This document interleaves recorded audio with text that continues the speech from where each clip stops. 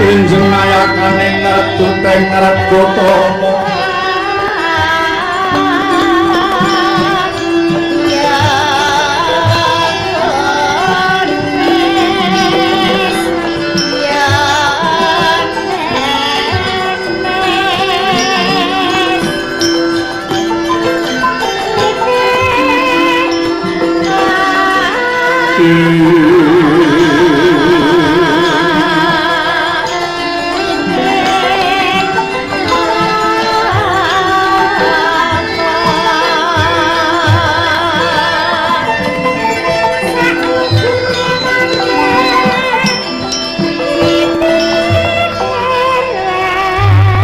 Manggo manukraden lan sewa supata tanggus minulya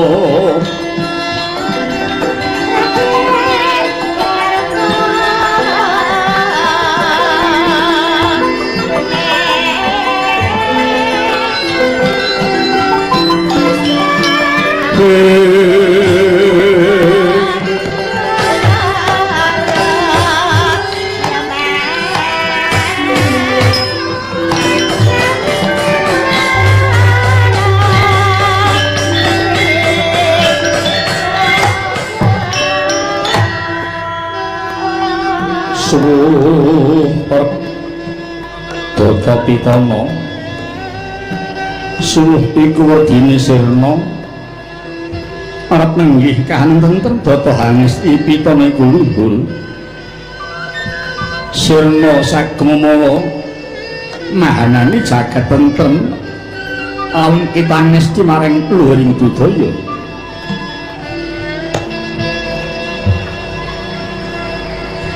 larasing gending minangka pepeling ngrumpaka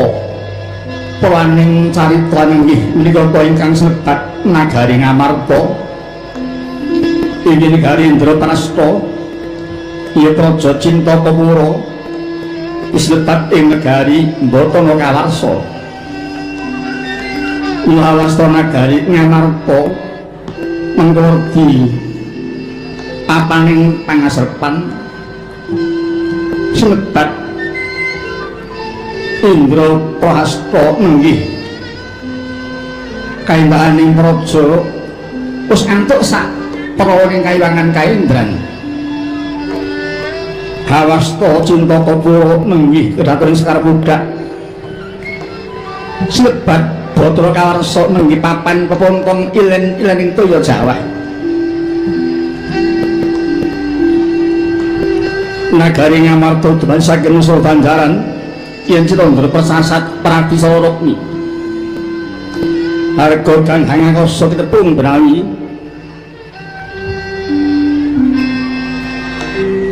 Praja Ngamarta pantes lebat Wara Sundari kang werdini bumi pinilih para katang hamung tani teken taberi tekun Hanglasiti ora mung katemakar kaninging kaesti lunggung paricinan didados raja sanegari cekap ing ayun turah ing nguri para panisaya minos nang sawiga gendong jala numpak kanang bae temit samudra yaya maskin langkung nang tawa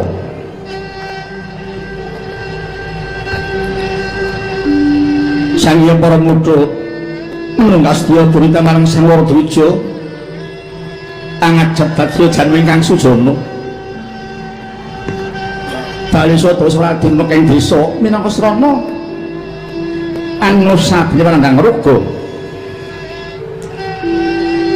ruganing warga dados teken salesan minangka rigen tak wonten gendak sikara bebrayan sae kapraya arupi ngasma minangka japa nuhun hangayuh luhuring bangsa pantes Praja Ngamarta sebat ngancik jaman Swarna Dwipa niki kang asta Pusaka Praja Ngamarta Jijil Prabu Puntadewa ya Prabu Yudhistira ya Sang Prabu Gunatakrama ya Sang Sadadija Kangka ya Prabu Darmaputra Dharmaraja Sang Dharmawasa ya Prabu Sang Anjatasatru keparang pinalak ing Palangkaretna ing madani masawakan Sinipa Sang Yapa kadang ketingal panenggak Pandhawa wingking saking unggul tawanan kekasih Raden Werkudara Raden Bratasena satya gagah prakoso budhe Sunarjaja mangke datang kantun pamadya Pandhawa saking Madura Raden Arjuna Raden Janaka sang Parmadi ing tajnambet swaning Raden Nakula sadya saking saudara bumi tau wonten Jaya Andir mlabar swaning para praja ingkang kapandhegan Patih Handakawana dawuh ing Sang Prabu Katungga Gedhari Jawi kadang ngaprataning Prabu Kresna Naringgari Ndrawati Sitra tenggah Gusti inggih kadada Sang Puntabaya Dilman lembur dhateng Prapaning Naraka Prabu Sri Bathara Kresna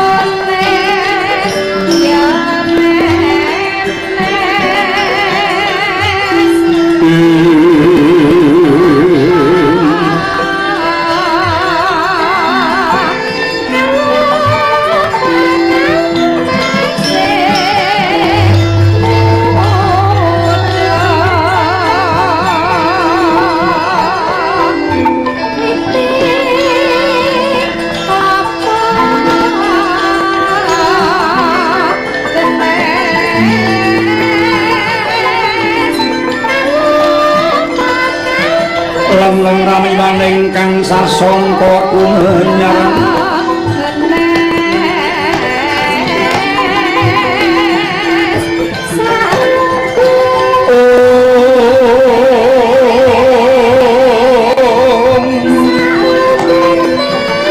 Mang ning puri mangkin tanpa siring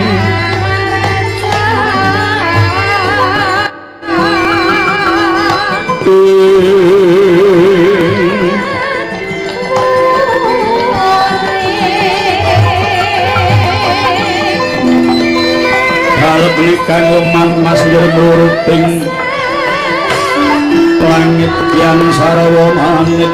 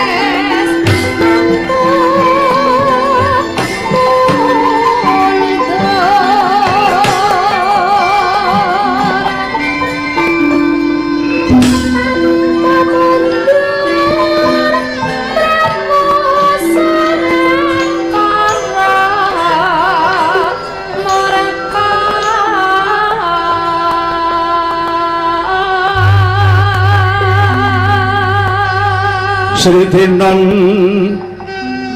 ing pasewakan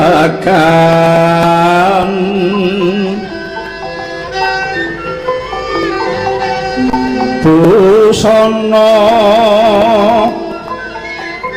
manika warna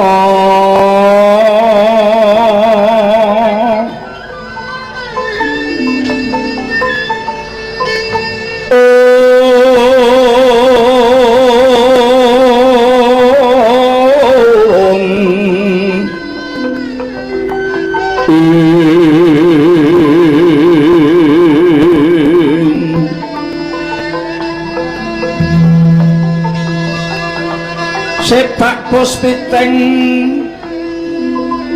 udyana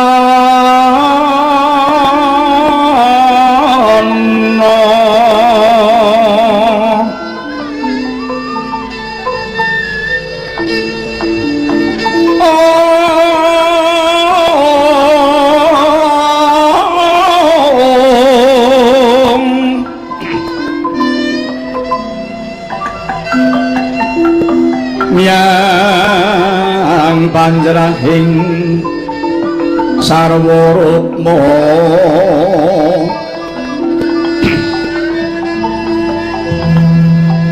renggeng manik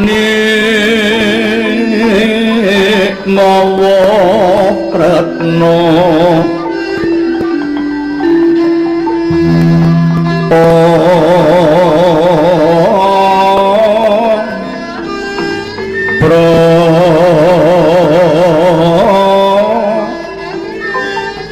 prapanyo sumirat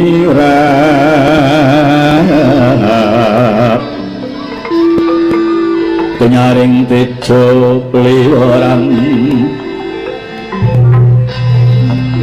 kilat sisiring kathik wimbuh kanda mringing katring maruta mangga saparan mangambar kungas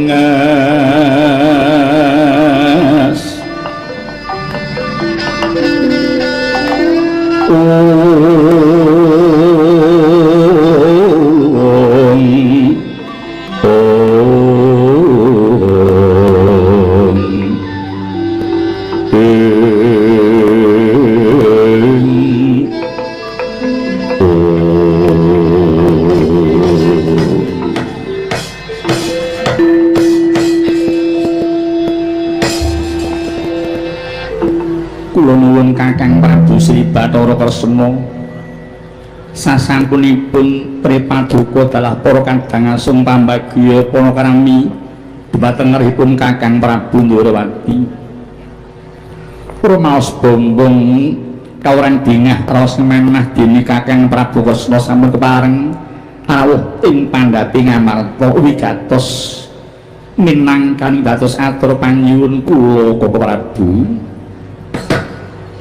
Nun inggih Kyai Samiaji keteng tresna kalian kadang-kadang kula Pandhawa mila mboten ketang napa bahasan sambet obor celuk lintang rabatan pundak Krakapara kedah saged minangkani dhateng Yayaji kepareng mundhut dhateng sawanipun Kakang Ndorowati. Menika Yai daya-daya pun Kakang Cemadong dawuh wonten wigatosipun pundi kepareng Padha Yayaji Amiji dhateng Krakapara Ndorowati Yai hanjrah ingkang puspita warung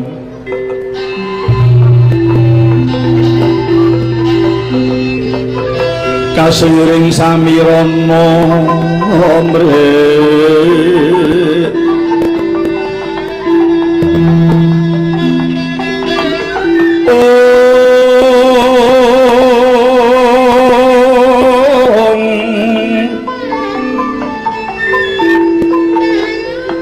sekar kadung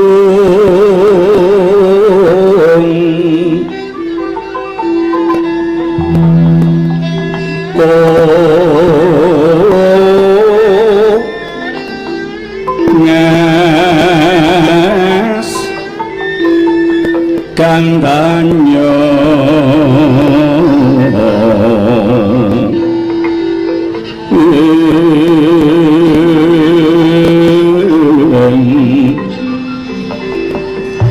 maweh raras renaning griya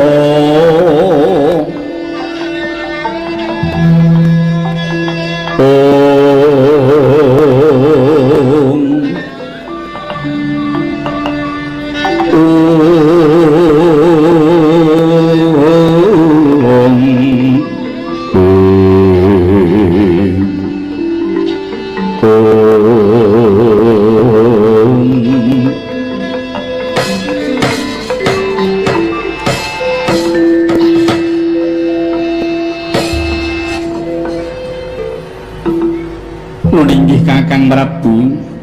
mila kula sakadang nyuwun rawuh paduka sing Kakang Prabu Ndorowati wigatos kula suwun kepareng Raka Prabu Kresna anak seni anggen kula sakadang meninggih nunjukaken syukur dhumateng ngarsaning Gusti nyipta jagat krana menapa Inggih awit sampun wangsulipun kadang kula Dimas Werkudara anggenipun mentas meguru dumateng Bapak Resi Dahyang Durna. Duh Kata Prabu, nalika semanten kados menapa menggah ngedating manah kula ngantos boten nyipta bilih Dimas Werkudara saged wangsul gesang inggih jalaran saking pangrenahipun para kura ingkang jarak badhe ngudi dhateng sedanipun Nyai Werkudara lumantar Bapak Resi Durna.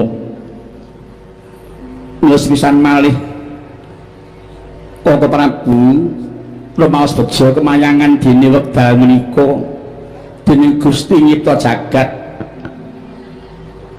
para kadang Pandhawa taksih pinaringan wetah gangsal. Kata Prabu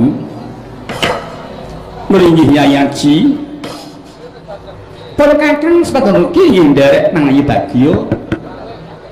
kadang Werkudara sampun wangsul makempal dhateng para kadang sanesipun. Yai kanthi wangsulipun Werkudara menika wau menika saya ngandelaken manah anggenipun para titah manungsa pitados dumateng ingkang anggelar jagat bilih pesti judul wahyu saha pangkat tuwin bala menika titah boten ngurungani serat dengan Gusti kita jagat. Yai mila sampun sanesipun Yayaji sakadang ingkang enake badhe ngunjukaken surya dumateng Pangeran Kamurba jagat sanesipun Yayaji. Inggih kaluhuran dawuhipun paduka Kakang Prabu Nggorawati. Kados saiki menika Yayaji kados pundi Kakang Prabu. Nyai Werkudara menika kula ibaraken kados tiyang ingkang nembe wangsul saking kisahan tebih. Mila mbok inggih wonten karingipun Nyai Werkudara. Dadi kita namung sekedhik pun Kakang kepengin badhe nyuwun oleh-oleh saking Dimas Werkudara. Yai meninggih Kula Prabu Dawa Paduka mugi wonten tumanggaping kadang Werkudara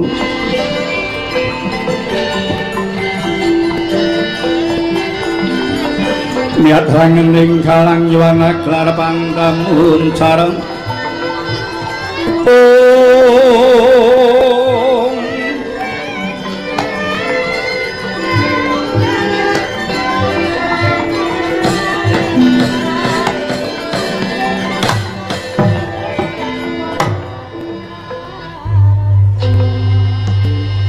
padha sumurupa dulur-dulur kabeh kanggo nglambari piwulang saka Durna bapakku. Nalika semana aku diperintah dening Durna guruku kendhen jegur marang Samudra Kidul ing laladan pelabuhan Minangkalbu kang wigati kindhen golek banyu suci ya tirta pawitra di mahending suci jenenge wae Minangkalbu. Minang kuwi pacangan dene kalbu kuwi rasa pacanganing rasa wong jegur segara kuwi pacanganing rasa ya mung pekaning pati wiwit saka gisiking samudra aku banjur lumaku manengah. Aku kaget jebul segara mau mung cethek nganti ka wektu ucapku semuk kibir maido marang jeroning segara. Ora ngerti ya yen nggonku jegur mau sikilku ditampani dening gegering gajah Situbanda ya kadang tunggal bayu. Gajah Situbanda krungu tembung kang semuk kibir paling dheweke atine gelo. Bukti aku mbantu dikipatake saka nggigir nganti klelep ana jroning banyu. Lakon kuwi mau dadi piwulang lumanaping wong urip Kang Surasani aja sok kibir mundak kabur aja sok sumbar mundak aber lan demen ngajeni marang pambiyantuning liyan kudu wiling yen urip ngono ora bisa mentas ijen wis aku ana jroning banyu ora nglegiwa ana naga gede sak bangka tingetal utuh mangap kaya lawanging guwa kumitir petitir kaya kuwung barabil ora antara suwi banjur mulek marang awakku sakujur aku babar pisan ora nyipta urip mung pati kang semanding mula aku wis pasrah marang purbaning kang nyipta jagat wis aku pasrah ora nyono jebul sisaning kekuatanku diubahake karo sing murbeng gesang buktine tanganku loro pisan wis nyekel marang tutuking naga ora tak jarak buku Pancanaka wis nyuwek tutuking naga nganti mati kapisanan lelakon iki kena kanggo piwulang Kang Surasani ngene menungso kuwi yen wis kepengko ing Pancabaya monggo ora bisa miradati apa-apa tuwuhe pasrah wae marang Kang nyipta jagat yen lahir batin oleh pasrah Gusti mesti paring pitulungan ngentas marang titah kang lagi ketampan pacoban mau buktine tanganku wis loro pisan dituntun dening Kang nyipta jagat bisa maten kula gedhe sapatining kula gedhe dadak ana bocah bajang kang mawa cahya semorok mapan ana tengahing pulo dasaring samudra bocah bajang mau wujude kaya aku jebul pisan Hyang Dewa Ruci kang pancen mapak marang tekaku pranyata Bathara Dewa Ruci wis pirsa marang kabeh munggo apa ingkang dadi gayawanku wusana aku diparingi wedaran apa-apa werdining tembung tirta pawitra dimahning suci dene babar kurang luwih mengkene tirta iku banyu iku panguripan buktine endi ana banyu ing ana panguripan banjur pawitra kuwi tegese bening wadene di kulinuwe tembung hening kuwi tegese menep banjur suci kuwi ora klepetan dening dedosan dadi cerita pawitra dimaning suci iku yen disurasa kanthi utuh karepe mengkene padha nggayuha urip kang tentrem bisane tentrem kudu kanthi srana mapanake pikiran pamrih karepen darbe daya kang linuwih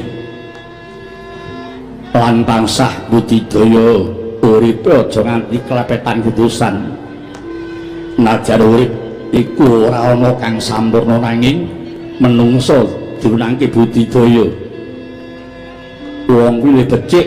budi bang babar pisan ora iya kanthi gelem budidaya nggayuh tirta pawitra dimaring suci mau tegese jroning ati wis ana niat ingkang luhur iku kepengin menepake pikirane yen pikirane wis menep adate ora bakal kliru apa kang ditindakake sabab wis dipetung kanthi genep yen wis bisa mengkono tegese menungso mau wis kesenengan marang rasa jati tata kaya mangkono tata titi tatas titis sadeng Sang Werkudara medharake marang ilmu rasa jati dadak sakala pangari bawane seperti kayuwangan junggring sakala gawe goro garing para Jawata siga yang manik maya ngutus Narada Prapten negari Marta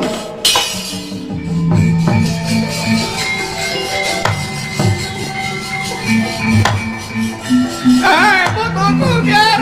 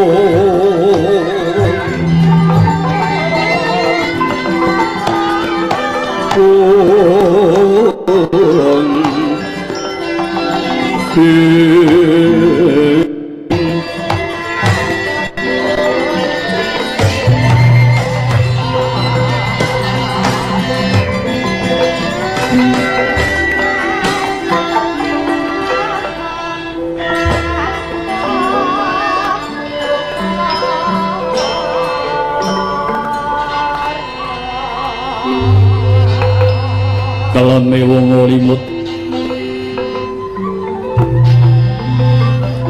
kalamatan jroning alam kanyut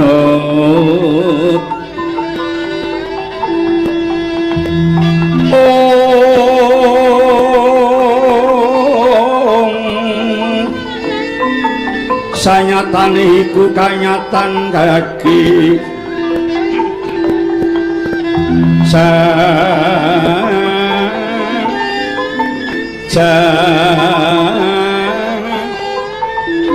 dene yen tanemu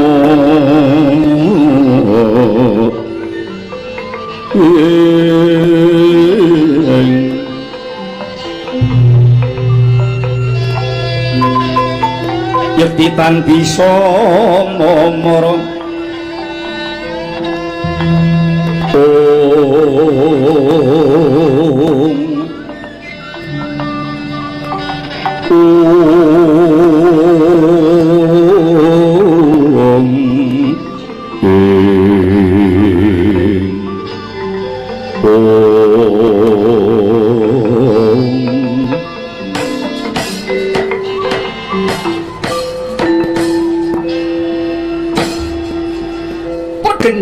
pergenjang pak pong bolong waru dayang tenegara wong kanjut nyetang iline kula Werkudara lan Pandhawa halatun kang prapta nggih Werkudara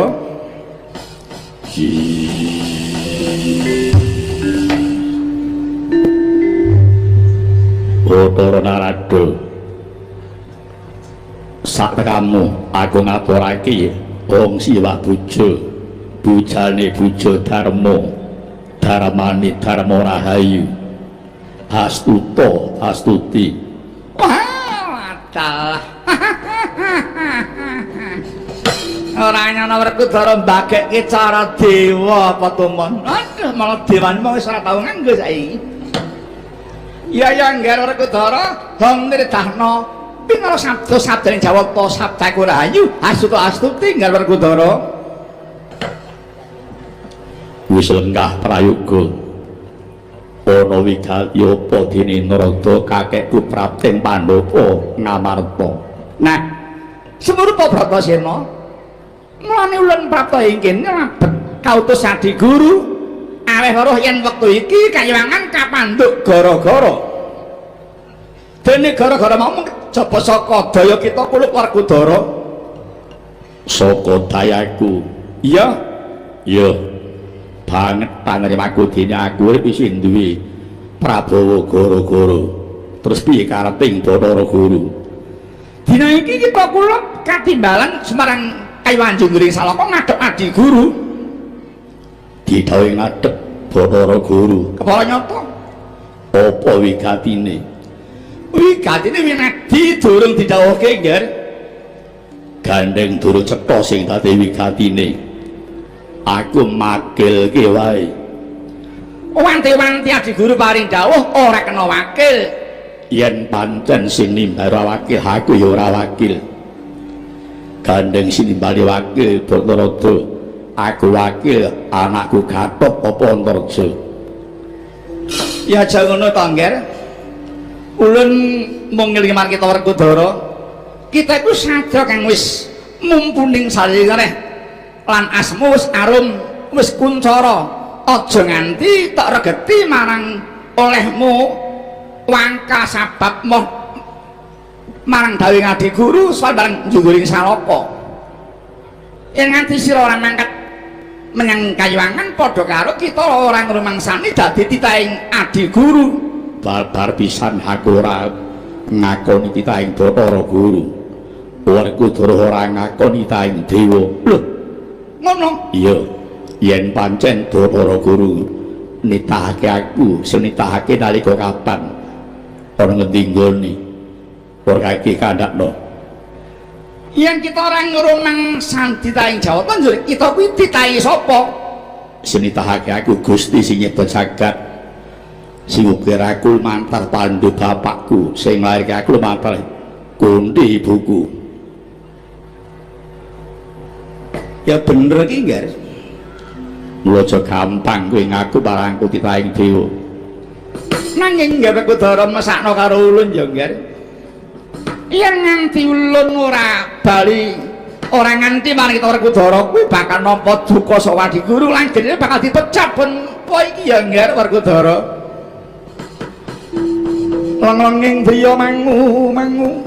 mangun kung kanduhan rimbang lirina tanpa kandhing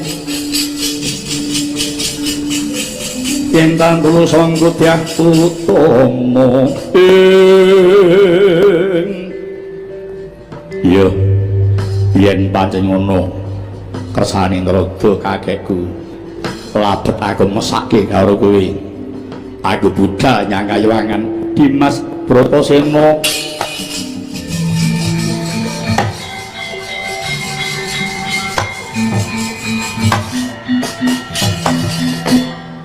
Yai Bratasena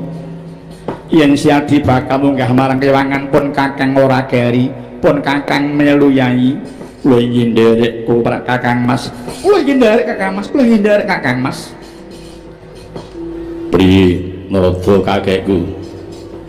dulur-dulurku kabeh arep melu sing ditimbali mung Werkudara tok liyane ora mula Bultadawa sira aja nderek ya Ngger menawi kula mboten paring nderek Adi Werkudara mboten pikantuk minggah dhateng Kayuwangan lho kok ora entuk inggih kula menika Ratu Ngamarta wenang perintah dhateng Adi Werkudara piye ya wis kono Ngger karepmu wong nyatane pun to ya wis netepi marang kang dadi Darmaning Ratu wenang perintah Werkudara pun Kakang moh keri di kula mekaten Kakang Mas iya gandeng aku ya ora tega karo sedulur kene mbarep kakangku jlampro kembar manjingum yang torong kancana takane munggah dina iki barengan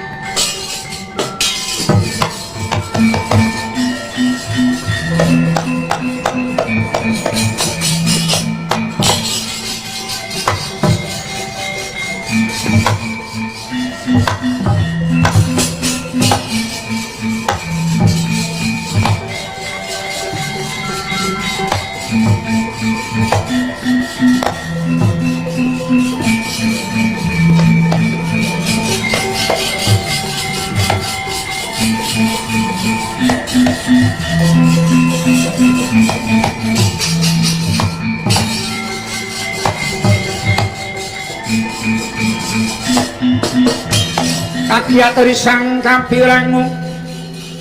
rinangkul kinempit kalempit dosang retnaning pawono hing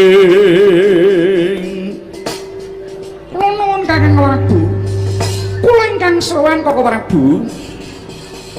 Kyai nuningi Kakang Prabu menika kok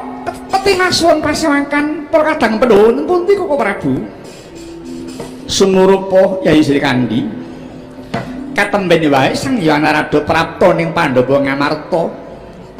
ingkang wigati nimbali marang Dimas Werkudara kadang munggah marang Kayuwangan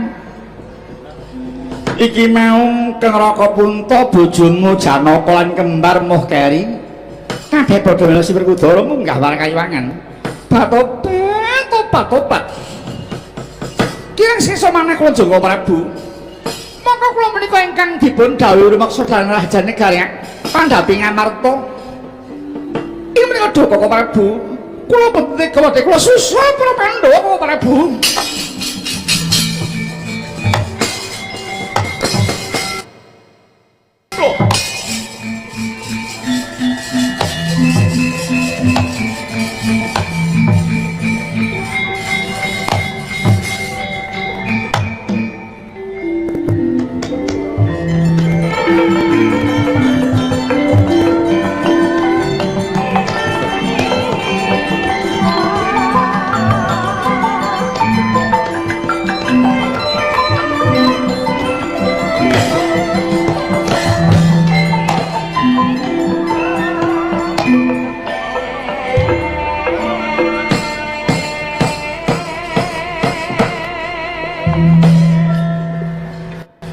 ya jagat Dewa Bathara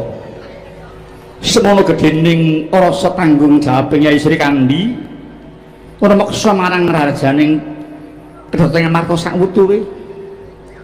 Setyaki wonten timbalan tambak ganggeng nuwun kula imujudake Sri Kandi kuwi ngerti marang kang dadi tanggung jawabe ora muka ketok menjilat jiwa senopatine Setyaki ketitik tanpa ana kang parintah Sri Kandi banjur sumusul nungkol aku ning para Pandhawa munggah nyang Kayuwangan Jenggoring Salaka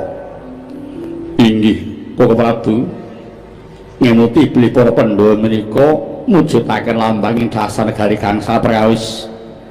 mila mboten mokal menawi perlu ngantos dipun rencang pecaing dodo taing ludira Kakang Prabu mengono Setyaki lho inggih Kanjeng Kula saturipun Raden Setyaki sinuwun kalebet kawula Ngamarta samanten ugi samiya prastya sinten ingkang badhe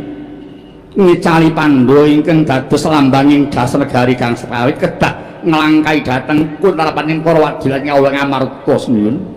iya syukur bagi sewu ingsun jumuring marang lakasing kabeh warga agung Ngamarta kang wis prasetya padha rumaksa rajaning praja lan putu ing para Pandhawa semono ingsun Setyaki aku ora bakal negake marang para kadang Pandhawa pun kakang mundhut pamit arsa jengkar kang wigati uga bakal mbudidaya supaya kadang Pandhawa bali kanthi caraku dhewe ih semonggo Prabu kang mengkono pun kakang mundhut pamit bakal budal dina iki ya musak duri mangkat pun akan bakal mlebang madani sangkar palanggatan mintun saning Gusti Dewi Setyaki lho mangsa bareng rajane Praja Ngamarta Dimas lho nggih Setyaki ugi prastya boten badhe wangsul dhateng Solo bumi menawi dereng kundur kadang kula Pandhawa tambak ganggeng nun kula mangsa bareng rajane Praja lho nggih sandal paramadha pasawanan iya duga-duga digawa nganti aja Jogong Singhari aja nganti nalisir kang dadi langkung wae pati tambak ganggeng